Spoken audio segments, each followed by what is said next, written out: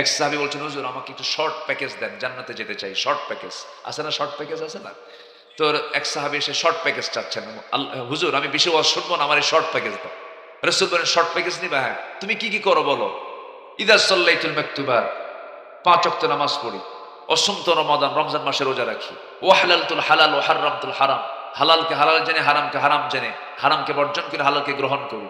আদখুলুল জান্নাতি ইয়া রাসূলুল্লাহ।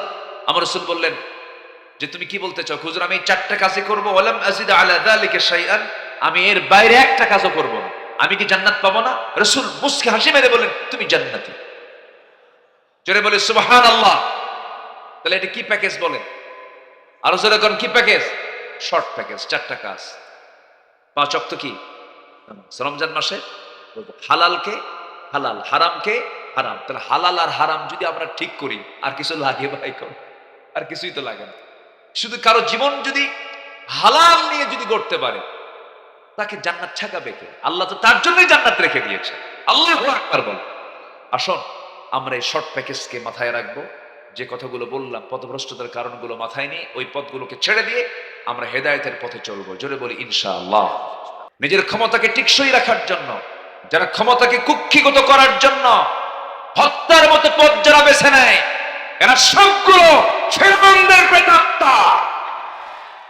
রাজনীতি যদি করতে চান, রাজনীতিতে যদি ফিরে আসতে চান, অগাস্টের এই মাসে আমাদের দাবি হলো ওই সন্তান হারা মায়ের কোলে ওই সন্তানগুলো আবার জীবিত ফেরত দাও।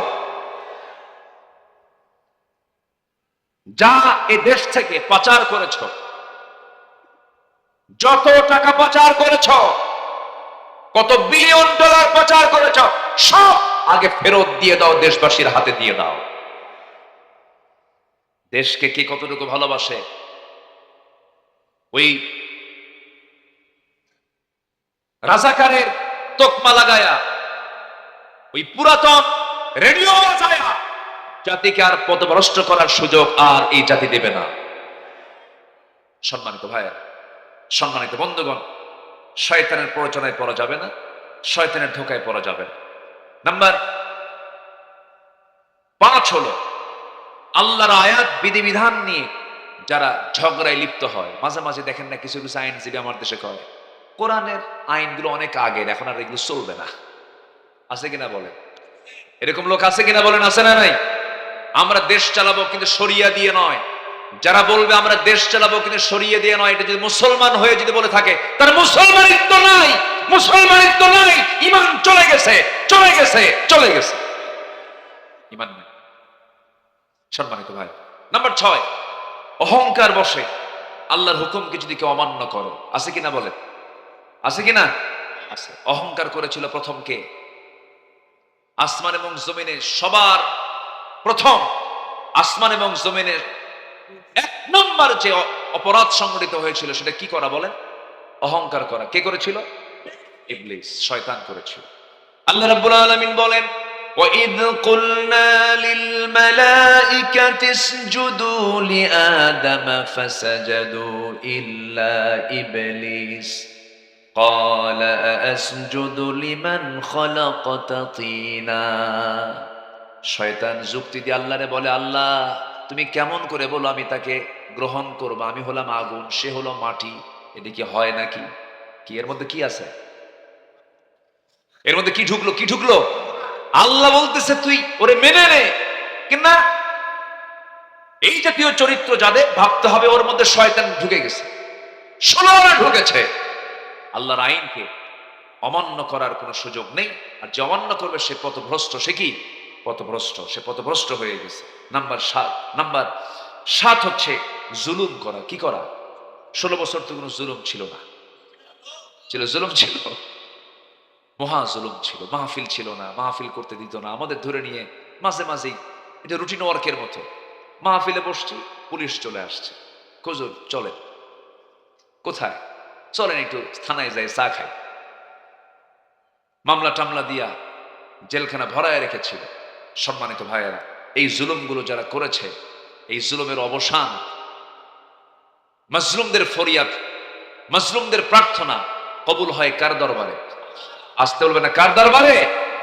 এই জুলাইয়ের যে অভ্যুত্থানটা হয়েছে, এটি কি শুধুমাত্র রাস্তায় যুবকরা নেমেছে শুধু এদের কারণেই হয়েছে, না আরো কিছু কারণ আছে? আরো কিছু কারণ আছে। তার একটা বছর আগেই আল্লামা সাইদিকে শহীদ করা হয়েছে। কত ভালো ভালো মানুষকে জুডিশিয়ালি কিলিং করে দুনিয়া থেকে বিদায় করা হয়েছে। সম্মানিত ভাইয়েরা, আয়না ঘরে থাকা আমান আজমি এবং ব্যারিস্টার আরমানকে এই দুজনের সঙ্গে সরাসরি কথা বলেছি। তারা বললেন যে আমরা যে ফিরে আসতে পারবো এই দুনিয়াতে, আবার আমরা দুনিয়াতে থেকে আমরা দুনিয়ার বাইরে ছিলাম, এর কেমন কথা, কি আচরণ এগুলো? একটা জাতির স্বাধীনতা 1971 সালে দেশ স্বাধীন হওয়ার পরে 53 বছর পরে এসে যদি এই চিত্র যদি চিত্রায়িত হয়, আমরা এমন বাংলাদেশ চাইনি। আমরা একটি স্বাধীন সার্বভৌম এটা সুন্দর সোনার বাংলা গড়তে চাই, সবকিছু বাদ দিয়া একমাত্র কোরআন দিয়ে। আল্লাহ কবুল করুন, জোরে বলি আমিন।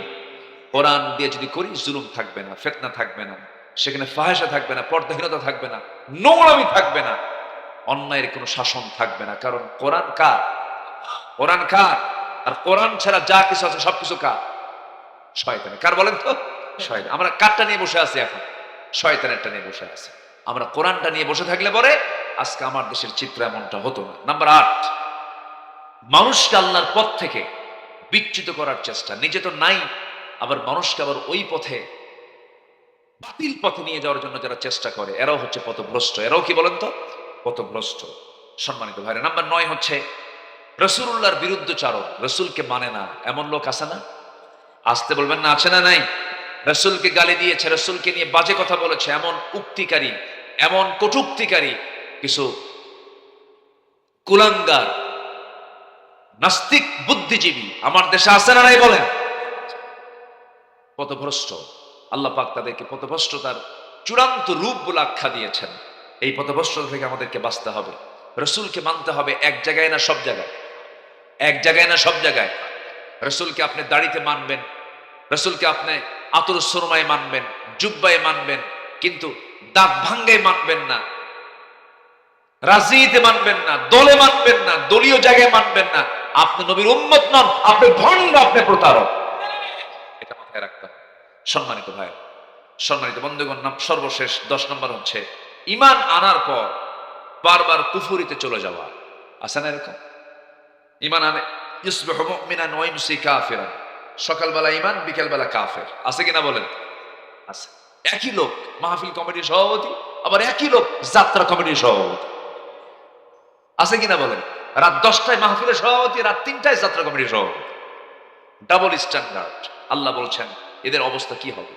আল্লাহ রাব্বুল আলামিন বলেন, ইন্নাল্লাযীনা কাফারু বা'দা ঈমানিহিম সুম্মা ইসতাদু কুফরান লান তুকবালা তাওবাতুহুম উলাইকা হুমুদ দাল্লুন।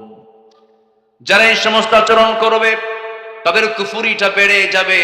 এরাই হলো পথভ্রষ্ট, এরা হলো আল্লাহর পথ থেকে বিচ্যুত বান্দা।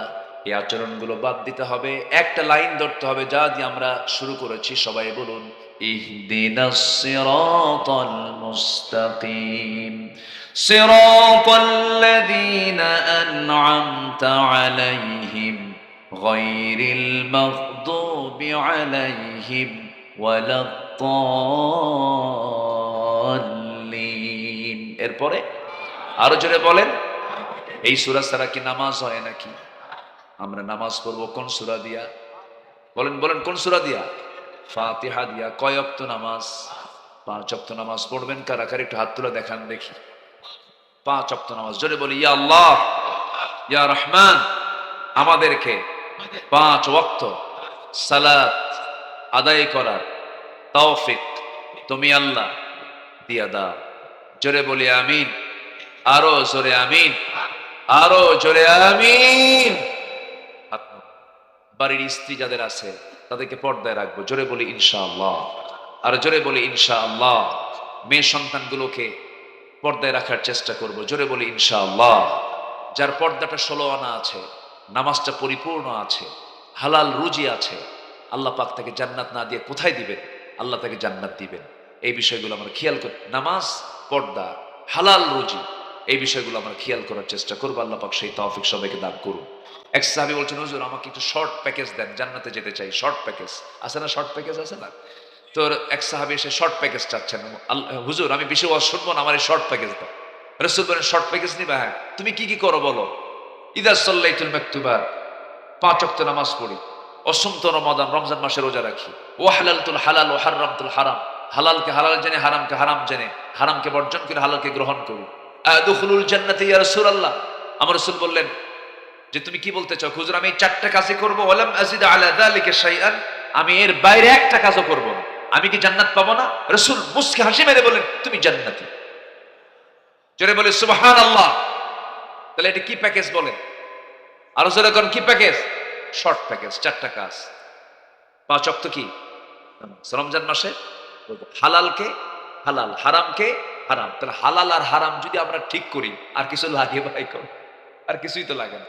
শুধু কারো জীবন যদি হালাল নিয়ে যদি গড়তে পারে, তাকে জান্নাত ঠেকাবে কে? আল্লাহ তো তার জন্যই জান্নাত রেখে দিয়েছে। আল্লাহু আকবার বল। আসুন আমরা এই শর্ট প্যাকেজকে মাথায় রাখবো। যে কথাগুলো বললাম, পথভ্রষ্টতার কারণগুলো মাথায় নিয়ে ওই পথগুলোকে ছেড়ে দিয়ে আমরা হেদায়েতের পথে চলবো। জোরে বলি ইনশাআল্লাহ। এই কামনা, এই আশাবাদ কামনা করে আমি আমার কথা, মানে আজকে কথা বলাটা আমার জন্য এতটাই টাফ ছিল। আমি আপনাদের মানসিক অবস্থার উপর আমি আলোচনা করছিলাম। কি করি? ছাতা মারে একবার, বন্ধ করে একবার, বৃষ্টি আসে একবার, যায় একবার। এর মাঝেও এই একটা মানে উৎকণ্ঠার ভিতরে একটা প্রতিকূল বই আবহাওয়ার মাঝে আপনারা বসেছিলেন, আমাকে সময় দিলেন, দিনের জন্য সময় দিলেন। আল্লাহ আমাদেরকে উত্তম জাযায়ে খায়র দান করুন। জোরে বলি আল্লাহুম্মা আমিন। জি, আরো জোরে লা ইলাহা, লা ইলাহা, লা ইলাহা ইল্লাল্লাহ মুহাম্মাদুর রাসূলুল্লাহ। জি, বসে। আমাদের মহান রব হচ্ছে আমাদের 1 নম্বর আপন, 1 নম্বর প্রিয় কে? তিনি হচ্ছেন 1 নম্বর জায়গা, আমাদের মহাব্বতের জায়গায় স্থান আমাদের থাকবে 1 নম্বরে। তিনি কে? নাম্বার 2 কে বলেন তো? বলুন।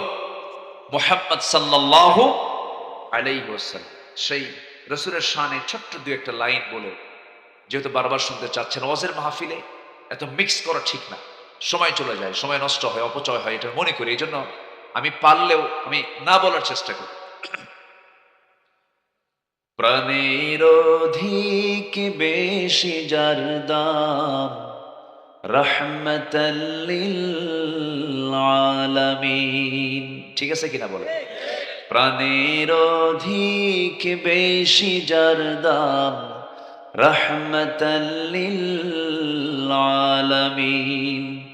জানো কি তোমরা তাহার নাম, রাহমাতাল লিল আলামিন। অসহায়ের বুকে যে জন গোপনে করেন সাওয়ার, অসহায়ের বুকে যে জন গোপনে করেন সাওয়ার। দুরুদ পড়ে সুবহে ও শাম, রাহমাতাল লিল আলামিন। জানো কি তোমরা তাহার নাম, রাহমাতাল লিল আলামিন। গরিবের আহার দিতেন, নিজে হয়ে রোজাদার, নিয়মর ভালোবাসার খাম, রাহমাতাল লিল আলামিন। জানো কি তোমরা তাহার নাম, রাহমাতাল লিল আলামিন। তার পথে যে বিছিয়ে দিত টুকরো কাটা স্তূপ করে, তাকেও দিলেন প্রেম মুজাসসাম, রাহমাতাল লিল আলামিন। জানো কি তোমরা তাহার নাম রহমতাল লিল আলামিন, প্রাণের অধিক বেশি যার দাম রহমতাল লিল আলামিন। জি, আসুন আমরা নবীর শানে, নবীর মহব্বতে, তার জীবন নিয়ে কিছু আমরা এখন দোয়া আল্লাহর কাছে চাই। সবাই বলে সুবহানাকা আল্লাহুম্মা ওয়া বিহামদিকা আশহাদু আল্লা ইলাহা ইল্লা আনতা আস্তাগফিরুকা ওয়া আতুবু ইলাইকা। চিৎকার মেরে বলি, ইয়া আল্লাহ, আমার জীবনের সাগীরা কবীরা, ছোট বড় সব গুনাহ তুমি আল্লাহ মাফ করে দাও। জোরে বলুন ইয়া রাব্বাল আলামিন। আমরা আজকের এই দোয়ায় বিশেষ করে কিছু ভাইয়ের দোয়াটা না করলে কৃপণতা হয়ে যাবে। এই ময়দানে তারা এসেছেন, কথা বলেছেন, এখানে এই জায়গায় বসে তারা ওয়াজ মাহফিল করেছেন, তাদের ওয়াজ আপনারা শুনেছেন। এর মধ্যে একজন হচ্ছেন আল্লামা জুনায়েদ বাবুনগরী রাহিমাহুল্লাহ, তিনি আজকে দুনিয়াতে নাই। আব্দুল হক আব্বাসী, মানে তাফসীর জগতের এনারা হচ্ছেন অগ্রজ, অনেক সিনিয়র, আমাদের অনেক মুরব্বী, তারা দুনিয়া থেকে বিদায় নিয়েছেন। মরহুম হাম্মদ সাদি রাহিমাহুল্লাহ এই মাহফিল শেষ করেই তিনি আর কোনো মাহফিল অংশগ্রহণ করতে পারেননি, দুনিয়া থেকে বিদায় নিয়েছেন। এবং আরেকজন নোমানি রাহিমাহুল্লাহ হালকানগর মাদ্রাসার মুহাদ্দিস ছিলেন, উনিও দুনিয়া থেকে বিদায় নিয়েছেন।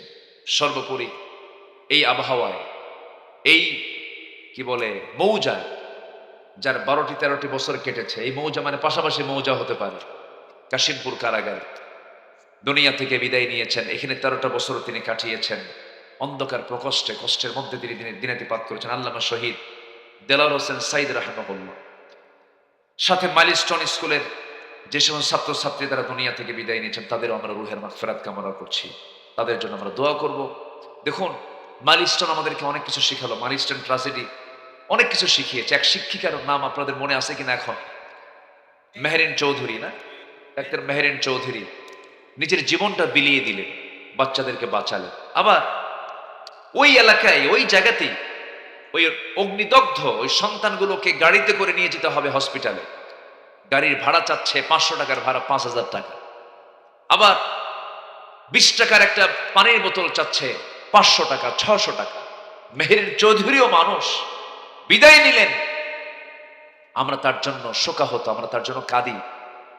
তিনি আমাদেরকে হাসি মুখে তিনি বিদায় নিয়ে আমাদেরকে কাঁদিয়ে রেখে চলে গেছেন, আমরা তার জন্য দিল থেকে দোয়া করি। আবার এর মধ্যেও কিছু দানব কিন্তু আমরা দেখতে পেলাম, সেই দানবীয় রূপ যেন আমাদের মধ্যে কখনো জাগ্রত না হয়।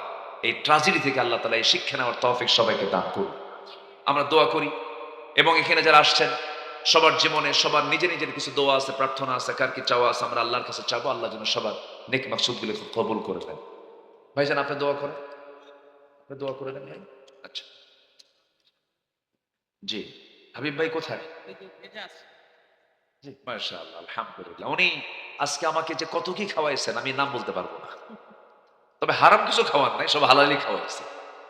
কিন্তু আমি গোশতের দিকে যাইনি, কিন্তু আমার জন্য তিনি গোশত বরাদ্দ করেছিলেন, গোশত রাখছেন, আমি গোশত খাই না। এত পদের, এই ছোট মাছ, এই মাছ, ওই মাছ। আমি বললাম যে আপনি তো জুলুম করছেন, আপনি জালিমের ভূমিকায় ছিলেন কেন? বাড়ির যে আপনার বাড়িওয়ালি তাকে তো আজকে আরামে থাকতে দেন। এত আয়োজন তিনি করেছেন, আলেম ভক্ত মানুষ, আলহামদুলিল্লাহ। আমি বলিও নাই যে আপনি এটা করেন, এটা করেন, কিন্তু উনি অনেক বেশি করে ফেলেছেন। আমার দেশের মায়েরা যে পরিমাণ রান্না বান্না করে, যে পরিমাণ স্বামীকে সন্তুষ্ট করার জন্য এত কিছু করে, এরপরও স্বামী কয় রান্না ভালো হয় নাই। দেখছেন এরকম বলে কিনা? বলে ঝাল যদি খুব তীব্র হয় বলবেন খুব মিষ্টি মিষ্টি রান্না হয়েছে, তোমার গুনাহ হবে না, বুঝলেন? তবু মোহাব্বত টিকে রাখতে, দাম্পত্যময় জীবনকে সুখময় করার জন্য ছাড় দেওয়ার মানসিকতার প্রয়োজন আগে না পরে। যাক, আমার হাবিব ভাইয়ের কথা বলতে নিয়ে আমি অন্যদিকে চলে গেছিলাম। আল্লাহ তাআলা আমার হাবিব ভাইয়ের সকল খেদমতকে তুমি আল্লাহ কবুল করে নাও। আসুন আমরা আল্লাহর কাছে চাবো, আল্লাহর কাছে প্রার্থনা করব। আল্লাহুম্মা রব্বানা যালামনা আনফুসানা ওয়া ইল্লাম তাগফির লানা ওয়া তারহামনা লানাকুনান্না মিনাল খাসিরিন। রব্বানা লা তুযিগ কুলুবানা বা'দা ইদ হাদাইতানা ওয়া হাব লানা মিন লাদুনকা রাহমাতান ইন্নাকা আনতাল ওয়াহ্হাব।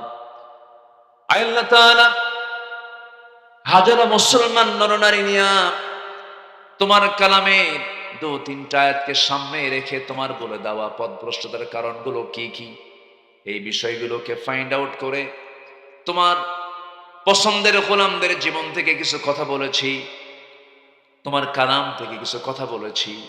আল্লাহ তাআলা সে শান্তে সে কাঙ্গাল ফিকারির মতো দুটো হাত পেতেছি। আল্লাহ গুনার দিকে নজর দিও না, বান্দা মনে করে তামাম জীবনের সমস্ত গুনাহগুলোকে মেহেরবানি করে মাফ করে দাও। জনম দুঃখিনী মা, জনম দুঃখী বাপজান যারা চলে গেলেন, জিন্দেগীর গুনাহগুলো মাফ করে দাও, কবরগুলোকে জান্নাতের টুকরা বানায়া দাও। আব্বা আম্মার জন্য কি দোয়া তাও শিখিয়ে দিয়েছো, সবে আওয়াজ দিয়ে বলুন রব্বির হামহুমা কামা রব্বায়ানি সগীরা, রব্বির হামহুমা কামা রব্বায়ানি সগীরা, রব্বির হামহুমা কামা রব্বায়ানি সগীরা। অনেক আলোচনা শেষ করে বাড়ি ফিরবো, ছেলে দেখবো, মেয়ে দেখবো, বউ বাচ্চা দেখবো, কিন্তু মাকে দেখতে পাবো না, বাবা দেখতে পাবো না। দেখবো কেমনে? বাপ মা দুজনের কবরে চলে গেছে। ও আল্লাহ, পৃথিবীর সব ডাকের মধ্যে মধু আছে, কিন্তু বাপ মার ডাকের মধ্যে যে তৃপ্তি আছে, যে মজা আছে, এমন মজা পৃথিবীর কোনো ডাকের মধ্যে নাই রে আল্লাহ। সে আব্বা আম্মা যারা বেঁচে আছেন তাদের হক আদায় করার তৌফিক প্রত্যেক সন্তানদেরকে তুমি আল্লাহ দিয়ে দাও। বিশেষ করে মাহফিলের আয়োজন করলেন যারা, শোনার জন্য কষ্ট করে আসলেন যারা, মেহেরবানি করে কিয়ামতের কঠিন ময়দানে মাহফিলটা সবার জন্য নাজাতের কারণ বানিয়ে দিও আল্লাহ। আয় আল্লাহ তাআলা, তোমার বান্দাগুলোকে নিয়ে এমন সময় হাত তুলেছি যে সময়টা মধ্যরাত হয়ে গেছে, দোয়া কবুলের সময় হয়ে গেছে। মেহেরবানি করে যার যা চাওয়া তুমি আল্লাহ পাওয়া করে দিও। জরুরের প্রত্যেকটা ঘরকে ইসলামের দুর্গ বানায় দাও, ঘরে ঘরে খালিদ বিন ওয়ালিদ পয়দা করে দাও, ঘরে ঘরে আয়েশা খাদিজা সুমাইয়ার মতো মা তুমি আল্লাহ পয়দা করে দাও। আয় আল্লাহ তাআলা, সুজলা সুফলা শস্য শ্যামলা 56,000 বর্গ মাইলের সোনার বাংলাদেশ, গোটা পৃথিবীর ভূখণ্ডে সবুজ ভূখণ্ডকে তুমি আল্লাহ দিনের জন্য কবুল করে নাও, কোরআনের জন্য কবুল করে নাও। সকল প্রকার ষড়যন্ত্র থেকে বাংলার জমিনকে তুমি আল্লাহ হেফাজত করো। আয় আল্লাহ তাআলা, মেহেরবানি করে তোমার কাছে ফরিয়াদ করি, তোমার বান্দাগুলো মনে মনে কি যেন চাচ্ছে, কার মনে কি আশা তুমি আল্লাহ ভালো করে জানো।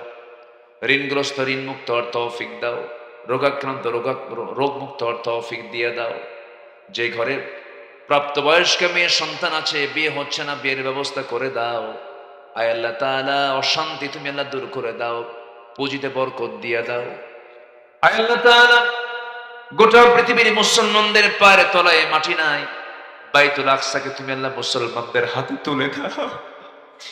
আল্লাহ, গাজা একটা মৃত্যুর জনপদ হয়ে গেছে, গাজাকে বাঁচাও আল্লাহ। আমরা খাবার পাই, আমরা পানি পাই, তারা তো খাবার দূরের কথা পানিটা পর্যন্ত পায় না। আল্লাহ, গোটা আরবের ভিতরে আরবরা খাবারগুলো সব না খেতে পেরে সব নষ্ট করে ফেলছে, খাবার নষ্ট হয়ে যাচ্ছে। একই আরবের ভিতরে ছোট্ট একটা জায়গা গাজার মুসলমানদের পাশে আজকে কেউ নাই। কাশ্মীরকে বাঁচাও, গাজাকে বাঁচাও, ফিলিস্তিনকে তুমি আল্লাহ মুসলমানদের হাতে তুলে দাও। 180 কোটি মুসলমানের জন্য তুমি আল্লাহ একটা অমর পাঠানোর ব্যবস্থা করে দাও। আল্লাহ তাআলা, দুনিয়া থেকে কোন দিন বিদায় নেব জানি না, মালাকুল মউত কোন দিন আসবে আমরা কেউ বলতে পারি না। যেদিন মরে যাব আমাকে কেউ আর ডাকবে না, আমাকে কেউ আর টানবে না, আমার সঙ্গে কেউ আর কথা বলবে না, বরঞ্চ কাছের মানুষগুলো লাশ দেখে ভয়ে ভয়ে পালাবে, কেউ কাছে আর আসবে না। টেনে হেঁচড়ে ঘর থেকে বের করে নিয়ে জীবনের শেষ গোসলটা করায় দেবে। সেলাইওয়ালা কাপড় গায়ে থাকলে পরে কেচে দিয়ে কেটে খুলে নিয়ে সেলাইবিহীন কাপড় পরাইয়া দেবে। যে কাপড়টা পরায় দেবে রে, সেই কাপড়ের পকেট নাই, সেই পকেটে সেই জামার পকেট নাই, সেই জামার কোনো সেলাই নাই। টেনে হেঁচড়ে কবরের দিকে নিয়ে চলে যাবে, কবরে শোয় দেবে রে, বাঁশ চাপা দেবে, মাটি চাপা দেবে। বৃষ্টির দিন লাশ রাখার আগে কবরটা পানি দিয়ে ভেসে উঠবে। ও আল্লাহ, তোমার কাছে ফরিয়াদ করি, কেমন করে সময়গুলো কাটাবো আল্লাহ। দিন শেষে মনে হয় আল্লাহ তুমি ছাড়া আমার কোনো বন্ধু নাই রে। কবরে রেখে আসবে, 24 ঘন্টা লাগবে না, মাথার চুলগুলো খসে খসে পড়বে। 3 দিন যাবে না রে, চামড়াগুলো গলে গলে পোকার পেটের খাবার হয়ে যাবে। মাত্র 3টা দিন, ওই 3টা দিন যাবে না, পেটের নারী বেড়ে সব চোখ মুখ কান নাক দিয়ে বের